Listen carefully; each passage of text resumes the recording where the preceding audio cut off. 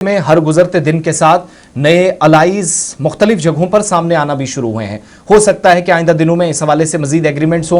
मुआहिदे के तहत जो दो तीन ममालिक रहे अलग अलग जगहों पर, वो कभी माजी की दुश्मनी को भुलाकर काम करते हुए आपको नजर आए।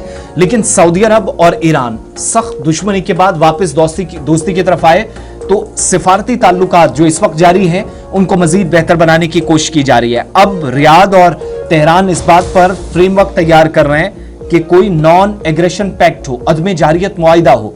यानी अगर जो मौजूदा सूरत हाल आपने देखी जिसमें सऊदी अरब ने भी नुकसान ईरान के हमलों की वजह से उठाया, कम अज कम ऐसा कोई मुआहिदा हो कि एक दूसरे को नुकसान से बचाया जा सके, या मुश्किल सूरत हाल में सिफारती सतह पर जो आज कोशिशें जारी है इसके सकारात्मक या पॉजिटिव रिजल्ट आए। और इतलात यह हैं कि इन दोनों की दोस्ती को और गहरा और मजबूत करने में चीन का भी कलीदी किरदार है। चीन की तरफ से मीडिएशन या सालसी की जा रही है। और याद रखिएगा कि सऊदी अरब के हवाले से इस पैक्ट को हमने कल ही आपको बताया था कि इसको एक्सटेंड किया जा सकता है। इस्लामाबाद भी इस पर गौर कर रहा है, जो डिफेंस या स्ट्रेटेजिक पैक्ट सऊदी अरब और पाकिस्तान के दरमियान पिछले साल हुआ था। लेकिन अगर इसमें तौसी का काम होता है तो क्या कल वाली खबर का हिस्सा इशफाक इसको माने, तौसी वाले मरहले में ईरान भी शामिल हो सकता है और इसके पीछे चीन और इस्लामाबाद हो?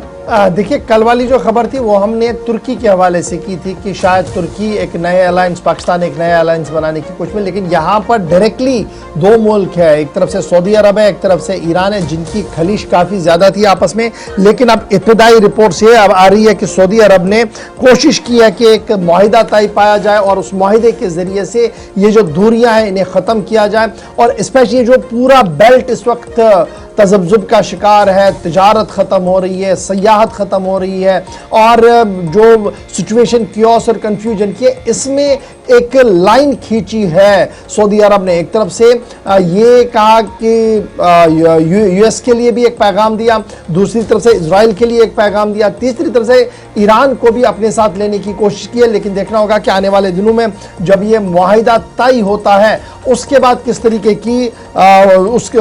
का रद्द-ए-अमल जो है वो देखने को मिलेगा। एक बड़ा मस्बत पहल है सऊदी अरब की तरफ से। लेट अस सी कि ईरान इसे किस तरीके से लेता है और आगे ये कैसे बढ़ता है। एक तरफ से ये खबर आ रही है।